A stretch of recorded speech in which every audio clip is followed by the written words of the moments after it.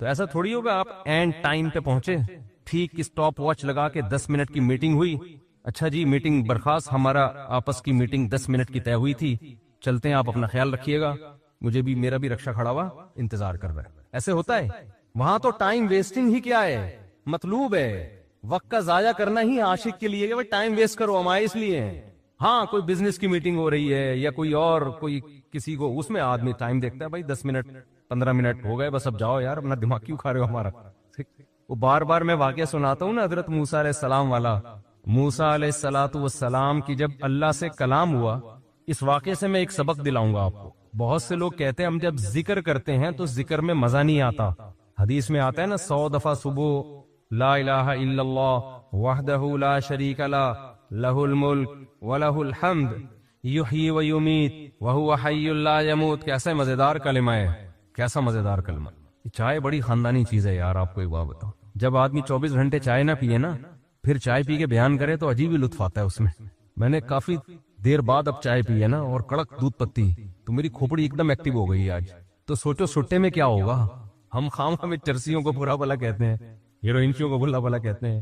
تو میں نے اکثر دیکھا جب میرا دماغ تھکا ہوا ہوتا ہے بیان نہیں ہوتا، دماغ فریش ہوتا ہے تو اس کے اثرات بیان میں بھی آ رہے ہوتے ہیں. دماغ چلتا ہے. تو میں ابھی نا کڑک سی دودھ پتی نہیں پینی چاہیے، عادت خراب کر دی نا ہم نے. تو کیا کہہ رہا تھا یار میں، حضرت موسیٰ علیہ السلام کے واقعے سے میں ایک سبق دلاؤں گا. بہت سے لوگوں کو اشکال ہوتا ہے کہ یہ جو ذکر اللہ ہے نا، معاذ اللہ یہ ٹائم ویسٹنگ ہے، نہ ہم کوئی ترقی کر رہے ہیں اس میں، نہ ہم انسانیت کی خدمت کر رہے ہیں. اب آپ جتنا دیر ذکر میں لگاتے ہو، یہ لا الہ الا اللہ کی تسبیح کتنی مزیدار ہے. لا الہ الا اللہ وحدہ لا شریک لہ لہ الملک ولہ الحمد. بعض روایات میں یحیی و یمیت بھی ہے، بعض میں اس کے بغیر بھی ہے. یحیی و یمیت وہو حی لا یموت وہو علی کل شیء قدیر. یہ حدیث میں آتا ہے جس نے 100 دفعہ صبح پڑھا تو کوئی شخص اس سے زیادہ نیکیاں اپنے اعمال میں جمع نہیں کر سکتا سوائے اس شخص کے جو 100 سے زیادہ دفعہ پڑھ لے. اب یہ جو ہمارا پڑھا لکھا طبقہ ہے نا، وہ کہتا ہے یار یہ ٹائم ویسٹنگ ہے. یہ کیا ہے بھائی، اتنی دیر میں کسی غریب کو کھانا کھلا دو. کیا خیال ہے؟ آپ نے دیکھا ہوگا نا کچھ لوگ مسجد میں بیٹھے ہوتے ہیں، لا الہ الا اللہ لا الہ الا اللہ ذکر کر رہے ہوتے ہیں. یہ جو ہمارا لبرل طبقہ ان کو بے وقوف سمجھتا ہے کہ یار اتنی دیر میں بزنس کر لیتے، اتنی دیر میں کچھ اور کر لیتے، کچھ ہی غریب کو کھانا کھلا دیتے، یہ کر لیتے وہ کر لیتے. اس کی اپنی فضیلت ہے، اس کی فضیلت کا انکار نہیں ہے، اس کی اپنی فضیلت ہے. وَيُطْعِمُونَ الطَّعَامَ عَلَى حُبِّهِ. ہمارے نیک بندے ہماری محبت میں غریبوں کو کھانا کھلاتے ہیں. کھانا کھلانا اپنی جگہ، لیکن ذکر کی فضیلت اپنی جگہ. ذکر کی اتنی فضیلت ہے کہ رسول اللہ صلی اللہ علیہ وسلم نے ایک حدیث میں فرمایا کہ صحابہ نے پوچھا یا رسول اللہ سب سے افضل عمل کون سا ہے؟ آپ صلی اللہ علیہ وسلم نے فرمایا اللہ کا ذکر کرنا. یہ جو تسبیحات ہیں، صحابہ نے عرض کیا یا رسول اللہ کیا جہاد سے بھی افضل ہے؟ یعنی ہم تو فرسٹ ٹائم سن رہے ہیں، ورنہ ہمیشہ ہم نے سنا سب سے افضل عمل کون سا ہے؟ جہاد ہے. آج ہم فرسٹ ٹائم سن رہے ہیں کہ سب سے افضل عمل کون سا ہے؟ ذکر اللہ. آپ نے فرمایا جہاد سے بھی افضل. یہاں تک کہ تم اللہ کے راستے میں گھوڑا لے کے نکلو اور تمہارے گھوڑے کی ٹانگیں کاٹ دی جائیں، اس سے بھی زیادہ افضل ہے کہ اللہ کا ذکر کرو. اب علماء نے تطبیق دی ہے کہ بھئی زیادہ تر حدیثوں میں تو ہے کہ جہاد افضل ہے، لیکن اس حدیث میں کیا آ رہا ہے؟ ذکر افضل. تو تطبیق یہ ہے کہ ثواب کے اعتبار سے تو جہاد ہی افضل ہے، ظاہر اس میں قربانی زیادہ ہے، لیکن ذکر کو افضل اس لیے قرار دیا گیا کہ جہاد کا مقصد بھی کیا ہے؟ لوگوں کو اللہ کی یاد اور اللہ کی عبادت پر لانا. تو مقصد کے اعتبار سے کیا چیز افضل ہے؟ ذکر. کیونکہ جہاد مقصود نہیں ہے، ذریعہ مقصود ہے. جہاد مقصود نہیں، کیونکہ فقہا لکھتے ہیں کہ جہاد میں کوئی بھی کام ایسا نہیں ہوتا جو اللہ کی پسند کا ہو، کیونکہ خون خرابہ ہے، اور خون خرابہ قرآن کیا کہتا ہے؟ اللہ کو پسند نہیں ہے. چاہے کافر کا خون بہے، چاہے ان مسلمانوں کا بہے، اللہ خون خرابے کو پسند نہیں کرتے. لیکن اس لیے خون خرابہ پسند کیا جا رہا ہے کہ اگر یہ نہیں ہوگا تو تمہارا خون خرابہ ہو جائے گا، پھر صحیح ہے نا، کفر غالب آ جائے گا اور فساد زنا پھیلا دے گا، دنیا میں برائی پھیلا دے گا. اس کی مثال ایسے، آپ کی باڈی میں کوئی کانٹ چھانٹ کرے اچھا کام ہے، لیکن جب پھوڑا نکل آتا ہے تو وہ پھیل نہ جائے، کینسر نہ بن جائے، تو بالآخر اس کو آپریٹ کر کے نکالنا پڑتا ہے. گردہ نکال دیتے ہیں ڈاکٹر، اب کسی کا گردہ نکال دینا اس کی کمر کا آپریشن کر کے یہ کوئی بذات خود اچھا کام ہے؟ برا کام ہے، لیکن بھائی وہ مجبوراً اس لیے کرنا پڑ رہا ہے کہ یہ گردے میں کینسر کی رسولی بن گئی ہے، یہ نہیں کاٹا تو دوسرا بھی خراب ہو جائے گا۔ تو جہاد کا تمام فقہا بیان کرتے ہیں بذات خود یہ فساد ہے، زمین میں ایک فساد ہے، لیکن اس کو پسند اس لیے کیا گیا ہے کہ یہ نہیں ہوگا تو اس سے بڑا فساد ہوگا، ورنہ اللہ زمین میں فساد کو پسند نہیں کرتے، خون خرابے کو پسند نہیں کرتے، چاہے وہ کافر ہی کا خون خرابہ ہو۔ یہی تو وجہ ہے کہ جب اللہ نے فرشتوں کو بتایا کہ میں ایک مخلوق پیدا کرنا چاہ رہا ہوں آدم، تو فرشتوں نے کیا کہا؟ یسفک الدماء، یہ زمین میں خون بہائے گا۔ فرشتے جانتے تھے کہ خون بہانا اللہ کو پسند نہیں ہے، ورنہ فرشتے یہ اعتراض تھوڑی کرتے، بلکہ فرشتے یہ بتاتے کہ اللہ یہ جہاد کرے گا، خون بہائے گا، دو اور ایسے آدم ہونے چاہیے۔ کیا خیال ہے؟ فرشتوں نے کہا وَيَسْفِكُ الدِّمَاء، یہ بم بنائے گا، ایک دوسرے کو مارے گا، میزائل بنا کے مارے گا، ابھی نندن کو چائے پلا کے واپس بھیجے گا، یہ بڑی تباہیاں پھیلائے گا دنیا میں۔ تو اللہ میاں نے اس کا فرشتوں کا جواب نہیں دیا کہ اچھا ہے نا خون بہائے گا تو صحیح ہے نا، نہ یہ نہیں کہا۔ اللہ نے کہا اعلم ما لا تعلمون، ٹھیک ہے تم نے اس کی ایک بیڈ کوالٹی بیان کی ہے کہ خون بہائے گا، لیکن اس کی کچھ اچھی گڈ کوالٹیز بھی ہیں وہ تم نہیں جانتے۔ تو اس سے صاف پتہ چلتا ہے اللہ زمین میں خون خرابے کو پسند نہیں کرتے، مجبوری ہے۔ تو اس لیے نبی نے ذکر کو افضل قرار دیا کہ جہاد سے مقصد کیا ہے؟ اللہ کا نظام اور اللہ کی محبت لوگوں کے دلوں میں آئے، لوگ اللہ کو یاد کریں۔ تو مقصد کے اعتبار سے ذکر کی فضیلت ہے جہاد پر، ثواب کے اعتبار سے کس کی فضیلت ہے؟ جہاد کی فضیلت ہے۔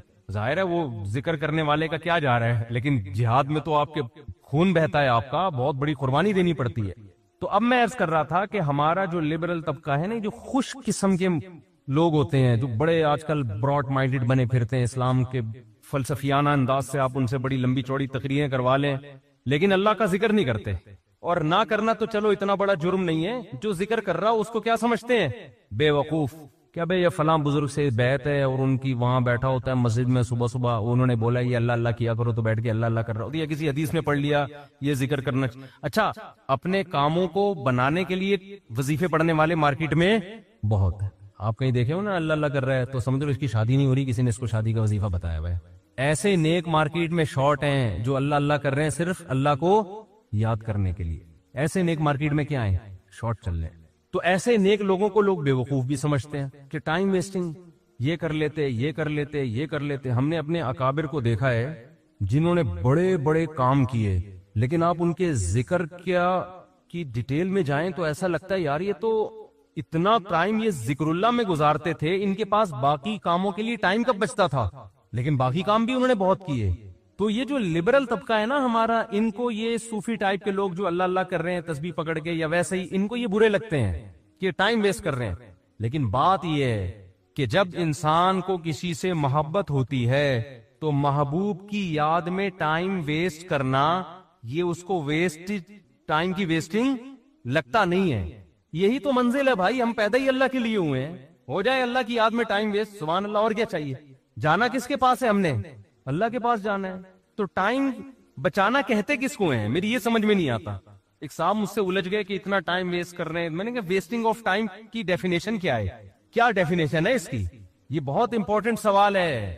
دیکھو گورے کا معیار الگ ہے ٹائم ویسٹ کرنے کے بارے میں، مسلمان کا معیار الگ ہونا چاہیے۔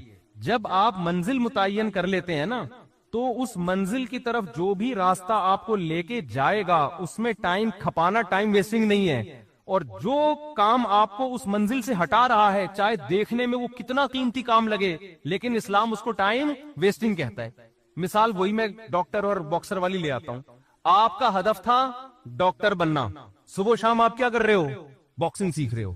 اب باکسر تو کہے گا زبردست یار، یہ آدمی ٹائم کا بڑا پابند ہے، ٹھیک صبح 8 بجے آ کے مکے لگاتا ہے، پھر جا کے ناشتہ کرتا ہے، پھر تھوڑا آرام کرتا ہے، اس کے بعد پھر دوپہر ٹائم۔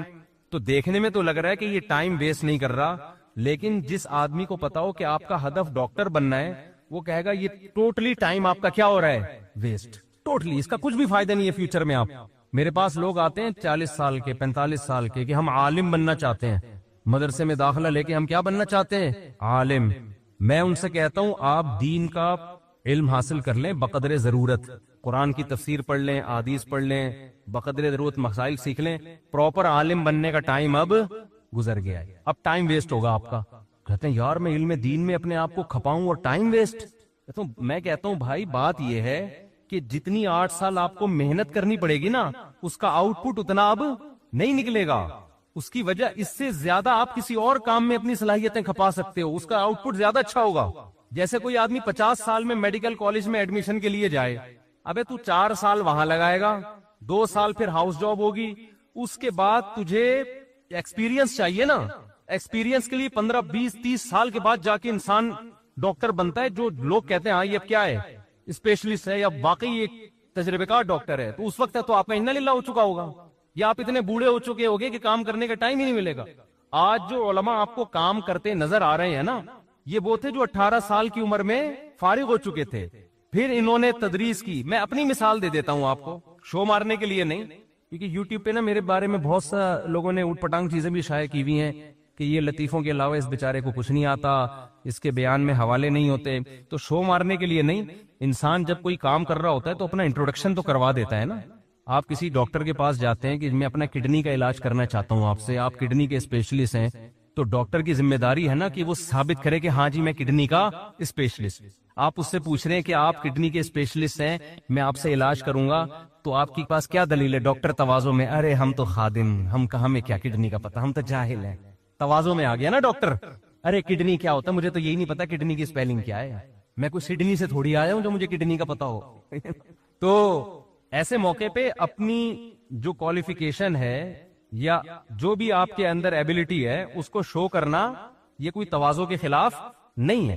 ہاں اس میں میں نہیں کہتا کہ میں عالم ہوں، لیکن میں عام لوگوں سے کہتا ہوں کہ بھائی ٹوٹا پھوٹا آپ سے زیادہ اللہ نے علم دے دیا، باقی بڑے بڑے علماء کے مقابلے میں تو ہم، ایک صاحب نے مجھے کہا نا کہ آپ اگر عالم ہیں، آپ کو قرآن و حدیث اگر آتا ہے تو امام ابو حنیفہ کی تقلید کیوں کرتے ہو آپ؟ پھر آپ کو تو خود آتا ہے قرآن و سنت، اور اگر آپ کو نہیں آتا تو آپ جاہل ہو، پھر بیان کیوں کر رہے ہو لوگوں میں؟ سمجھ میں نہیں آئی بات؟ کہا کہ ہم آپ کے مقابلے میں جاہل نہیں ہیں، آپ کے مقابلے میں عالم ہیں، ابو حنیفہ کے مقابلے میں جاہل ہیں، صحیح ہے نا؟ قرآن حدیث ہمیں آتا ہے اتنا نہیں جتنا امام ابو حنیفہ کو آتا تھا، لیکن اس سے زیادہ آتا ہے جتنا آپ کو آتا ہے، ان صاحب سے میں نے کہا۔ تو بلکہ موسیٰ کو جب بھیجا نا اللہ نے فرعون کے پاس، تو موسیٰ علیہ السلام کہیں گے اللہ نہ بھیج، یہیں کوہ طور پہ ہی مجھے بٹھا لے۔ وہ تو اللہ نے آرڈر دے دیا تھا فرعون کے پاس جاؤ، تو چلے گئے، ورنہ دل موسیٰ علیہ السلام کا جانے کا نہیں چاہ رہا تھا، بس یہی دل چاہ رہا تھا اللہ سے ہی ہم کلام ہوتا رہوں، میں اللہ سے ہی باتیں کرتا رہوں۔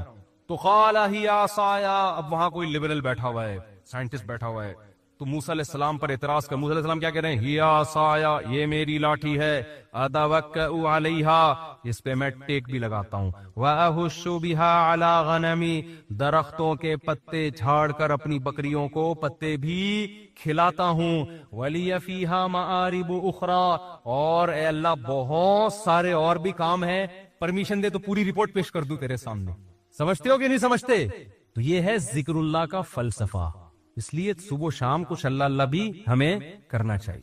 کوئی بات نہیں ٹائم ویسٹ ہو رہا ہے، دل لگے نہ لگے، لا الہ الا اللہ، کوئی عبادت کے لائق نہیں ہے سوائے اللہ کے، لہ الملک وحدہ لا شریک لہ، اکیلا ہے، اس کے ساتھ کوئی شریک نہیں ہے، لہ الملک، اسی کے لیے بادشاہی ہے، وَلَہ الحمد، قابل تعریف صرف وہی ذات ہے، یحیی، جس کو چاہتا ہے زندگی دیتا ہے، مردوں کے زندہ پیدا کر دیتا ہے نا، انڈے سے چوزا نکال دیتا ہے، مردہ چیز تھی، وَیُمِیت، جس کو چاہتا ہے موت دے دیتا ہے۔ مائیکل جیکسن نے پورا زور لگا دیا 100 سال زندہ رہنے کا، اللہ نے چاہا 50 سال کے بعد ڈاکٹروں کے پینل کے بیچ میں سویا ہے، صبح پولیس بھی اس کو نہیں اٹھا سکی۔ اتنے بڑے بڑے تصرفات کس نے اپنے ہاتھ میں رکھے ہیں؟ اللہ نے۔ کتنے میڈیکل سائنس نے ترقی کر لی، پھر بھی ڈاکٹر بھی مر جاتے ہیں، اور کوئی ضروری نہیں کہ پوری عمر 50 سال میں مر جاتے ہیں، 40 سال میں مر جاتے ہیں۔ ایسے تصرف والا جس کو چاہتا ہے زندگی دیتا ہے، جس کو چاہتا ہے موت دے، جب چاہتا ہے۔ وَهُوَ حَيٌّ لَا يَمُوتُ، خود زندہ رہتا ہے، لا يموت، اس پر کبھی موت نہیں آئے گی۔ وَهُوَ عَلَى كُلِّ شَيْءٍ قَدِيرٌ، اے اللہ ایک ایک جملے میں کیا تیری تعریف کروں، بس کمپلیٹ یہ ہے کہ عَلَى كُلِّ شَيْءٍ قَدِيرٌ، جو چاہتا ہے کر گزرتا ہے۔ کتنا مزیدار کلمہ ہے یا نہیں ہے؟ تو 100 دفعہ پڑھ لو صبح۔ شیطان کیا کرے گا؟ یہاں دل نہیں لگ رہا، یہ بڑا پرابلم ہوتا ہے۔ شیطان کہتے تیرا دھیان نہیں بٹ رہا، مزہ نہیں آ رہا، چھوڑ دو مزے کو یار۔ ہم نے بڑے بزرگوں سے سنا ہے کہ اگر اللہ کے ذکر میں دل نہ لگ رہا ہو نا تو ٹینشن نہ لیا کرو، یہ سوچا کرو زبان تو اللہ کو یاد کر رہی ہے نا، یہ بھی بہت بڑی فضیلت، زبان یاد کر رہی ہے کافی ہے، دل بھی انشاءاللہ ایک نہ ایک دن لگ جائے، نہ بھی لگے تو عین منزل ہے تھکن سے چور ہو جانا، کیا خیال ہے؟ نہ لگے دل یاد. میں نے قصہ سنایا نا، ہمارے کلاس فیلو تھے مدرسے میں، وہ جیسے ہی نماز کے لیے کھڑے ہوتے نیند آ جاتی ان کو، وہ بےچارے بڑے بیزار کے یار ویسے ٹھیک رہتا ہوں نماز کے لیے کھڑے ہو تو سجدے میں جاتے ہم کو کونیاں مار کے اٹھاتے تھے نماز میں نا، اٹھ جا بھائی اگلا سجدہ آنے والا ہے. وہ بہت تنگ آ گئے نا، انہوں نے حضرت کو لکھ کے دیا، حضرت نے کہا کہ کوئی بات نہیں یار، آپ جان کے تو نہیں سو رہے نا، اللہ کو یہی ادا پسند ہے کہ نیند آ رہی ہے دل نہیں لگ رہا پھر بھی کیا کر رہے ہیں، میرے حکم پر عمل. مزوں کی زندگی جنت میں ہے، یہاں نماز میں مزہ آ جائے اچھی بات ہے، ذکر میں مزہ آ جائے یہ تو زیادہ اچھی بات ہے، مزہ نہیں آ رہا کوئی بات نہیں، زبان سے کرتے رہو چاہے مزہ نہ بھی آئے، آخرت میں اللہ ذکر کی لذت انشاءاللہ دے دے گا. قرآن میں آتا ہے کہ جنتی اللہ کا ذکر کریں گے لذت حاصل کرنے کے لیے، کیونکہ وہاں تو ان کو وہ مزہ آئے گا جو موسیٰ علیہ السلام کو اللہ سے بات چیت میں مزہ آ رہا. تو جنتیوں کو اللہ کا نام لینے میں جنت میں ذکر کا کوئی ثواب نہیں ہے، یہاں ثواب ہے وہاں کوئی ثواب نہیں ہے. کیوں؟ وہاں جنتیوں کو مزہ اس کام میں آ رہا ہوگا اللہ کو یاد کرنے میں، اللہ کی حمد و ثنا کرنے میں، تو اس لیے ذکر میں مزہ آئے نہ آئے کر لیا کرو ہمت کر کے، عادت ڈالو اس کی. تو خیر میں بات کو بس سمیٹ رہا ہوں 5 منٹ میں. تو میں یہ عرض کر رہا تھا کہ شیطان کیا کرتا ہے، آپ کو آپ کی منزل سے ہٹاتا ہے. ہماری منزل کیا ہے؟ جنت. تو ہم نے فوکس ان اعمال کو کرنا ہے جو ہمیں کہاں لے کے جاتے ہیں؟ جنت میں. اور وہ اعمال اللہ نے قرآن میں بیان کیے ہیں کہ زنا مت کرو، چوری مت کرو، سمجھ رہے ہو، جھوٹ مت بولو، پیسوں میں کرپشن، یہ ساری آیتیں میں پڑھوں گا نا تو بیان لمبا ہو جائے گا. ایک ایک چیز پر آیت ہے. وَيْلٌ لِّلْمُطَفِّفِينَ إِذَا اكْتَالُوا عَلَى النَّاسِ يَسْتَوْفُونَ. اپنا حق جب لینے کی باری آتی ہے پورا حق لیتے ہو، جب دینے کی باری آتی ہے ڈنڈی مارتے ہو، یہ کام مت کرو. اوفوا بالعہد، کسی سے ایگریمنٹ کرو تو معاہدوں کو پورا کرو. لا يحل لكم ان ترثوا النساء کرہا، عورت کا مال بولو نا مت کھاؤ. سمجھتے ہو؟ بہت ساری اس طرح کی، اس میں کسی کا اختلاف نہیں ہے، کوئی حنفی کا، شافی کا، کوئی اہل حدیث کا، کوئی دیوبندی بریلوی، اس پہ سب متفق ہیں. لیکن ان چیزوں پہ بحث نہیں ہوتی. ہماری بحث شروع کہاں سے ہوتی ہے؟ ان موضوعات سے شروع ہوتی ہے جو قرآن نے بیان نہیں کیے. کیوں شروع ہوتی ہے؟ اپنی علمیت کو جھاڑنے کے لیے کہ مجھے یہ بھی آتا ہے، مجھے رفع الیدین کی حدیثوں کا سارا پتا ہے، مجھے امام کے پیچھے فاتحہ والی حدیث حوالوں کے ساتھ یاد ہے، کوئی مولوی لے آؤ میرے سامنے جس کو پتا ہو.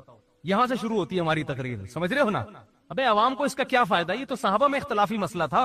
ہمارے حضرت سے کسی نے فون کر کے پوچھا کہ وہ فلاں کہتے ہیں امام کے پیچھے فاتحہ اگر نہیں پڑھتے نماز نہیں ہوتی. تو حضرت کا اس پہ رسالہ ہے اصل الفتاوی میں عربی میں کہ امام کے پیچھے فاتحہ فقہ حنفی میں جائز نہیں ہے، اس کے دلائل عربی میں رسالہ ہے. تحقیق کتنی تھی، لیکن حضرت نے فون پہ وہ تحقیق نہیں جھاڑی. حضرت نے ان سے کہا کہ جو آپ کو اس بحث میں الجھا رہا ہے نا، کہہ رہا ہے امام کے پیچھے فاتحہ پڑھو گے نہیں پڑھو گے تو نماز نہیں ہوتی، اس سے کہو کہ کیا صحابہ میں بعض ایسے تھے جو فاتحہ پڑھنے کے قائل نہیں تھے؟ تو وہ یقیناً ایسے صحابہ تھے. تو کہا ان کی ہو جاتی تھی، جب ان کی ہو جاتی تھی ہماری بھی ہو جاتی ہوگی. ٹھیک ہے نا؟ مختصر جواب دیا کہ بھائی کوئی اور کام میں لگا اپنے آپ کو، کیونکہ حضرت اس کو وہ رسالے میں الجھا دیتے، پھر وہاں سے جواب، پھر یہاں سے جواب، اور پھر وہ جب مرنے سے پہلے بہت بڑا امام کے پیچھے فاتحہ والے مسئلے میں PhD کر کے جاتا اور ساری زندگی علماء کو برا بلا کہنے میں. ابے ان کو کیا پتا، یا تو اہل حدیث کی مخالفت میں زندگی کھپا دیتا یا حنفیوں کی مخالفت. صحابہ کرام میں فاتحہ پڑھنے والے بھی تھے اور نہیں پڑھنے والے بھی، لیکن ان بحثوں کو انہوں نے موضوع نہیں بنایا. جس کے پاس جو حدیث پہنچی عمل کر رہا ہے اس پہ. انہوں نے موضوع کس کو بنایا؟ روم اور فارس کو. لڑنا ہے بھائی، جہاد کرنا ہے. سلطنت بڑی بڑی جو سلطنت ہزار سال سے ان کے اکھاڑ کے پھینک دیا، انہوں نے اکھاڑ کے وہاں جا کے اسلام قائم کیا. پھر کوئی زور سے آمین کہہ رہا ہے، کوئی کیا کہہ رہا ہے آہستہ آمین، اگلے کی واٹ لگا دی. اگلے کی کیا لگا دی؟ ایسی کی بت پرستی ختم کر دی. محمود غزنوی نے سومنات کے مندر توڑ دیے نا، حنفی تھا محمود غزنوی، تو اس کو شافیوں سے بھی کوئی مسئلہ نہیں تھا، کیونکہ ہندوستان میں کیرلا میں شافی بھی بہت تھے، انہوں نے بھی محمود غزنوی کا ساتھ دیا ہوگا. انہوں نے کہا بھائی بت پرستی کے سب خلاف ہیں، کوئی بات نہیں یار، فاتحہ پڑھ رہا ہے نہیں پڑھ رہا، یوں کر رہا ہے نہیں کر رہا تو اللہ کی عبادت ہے نا، تو اس سے کیا ہو جاتا ہے، یوں کر لیا یوں نہیں کیا. آپ نے ایسے ایشوز بنا دی قوم میں، اور لوگ پھر انہی لوگوں کو بہت بڑا اسکالر سمجھ رہے ہیں، حالانکہ یہ اندر سے کیا ہوتے ہیں؟ کھوکھلے. جس کے پاس علم میں مضبوطی ہوگی وہ کبھی بھی ان مسائل میں قوم کو الجھانے کی کوشش نہیں کرے گا. اس کو پتہ ہے قرآن کے اصل موضوعات یہ ہے نہیں، تو میں عرض کر رہا تھا کہ ہمارا ہدف کیا ہونا چاہیے؟ جنت. شیطان کا ہدف کیا ہے؟ میں کہہ رہا تھا شیطان اپنے ویژن میں اور اپنے ٹارگٹ میں کلیئر ہے، ہم کلیئر نہیں ہیں. تبھی شیطان کی پلاننگ بڑی جاندار ہوتی ہے، ہماری پلاننگ جاندار اس لیے پتہ ہی نہیں ہوتا سالے جانا کہاں ہے، ہم نے ڈاکٹر بننا ہے کہ باکسر بننا ہے، یزید پہ پی ایچ ڈی کرنی ہے، بنو امیہ پہ پی ایچ ڈی کرنی ہے، ہمیں ہمارا ہدف ہی کلیئر نہیں ہے.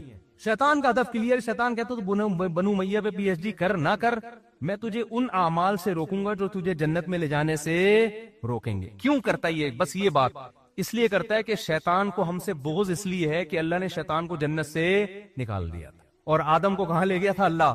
جنت میں. تو اس کا پڈا ہم سے بنو امیہ کا نہیں ہے. صحیح ہے نا؟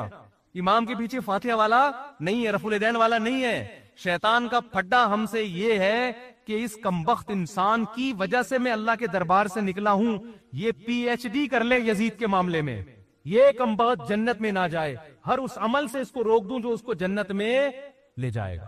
تو وہ عمل وہی ہے جو میں نے آپ کے سامنے بیان کی، جن کو الحمد سے لے کے والناس تک قرآن ڈیفائن کرتا ہے.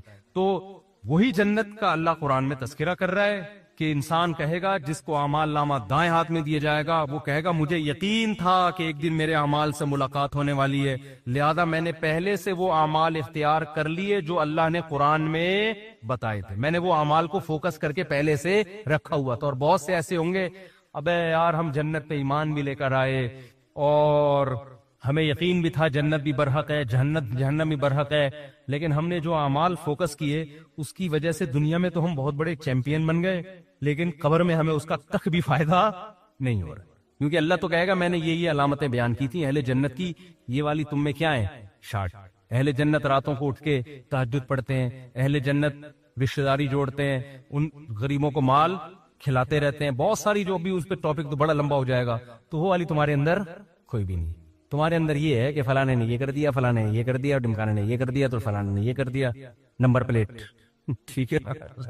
اور ان سب باتوں کے جواب ہیں، سب کے پاس جواب ہے. یہ لوگ کہتے ہیں نا جواب نہیں ہے، جواب ہے دے دیے علماء نے، آپ یوٹیوب پہ سرچ کریں.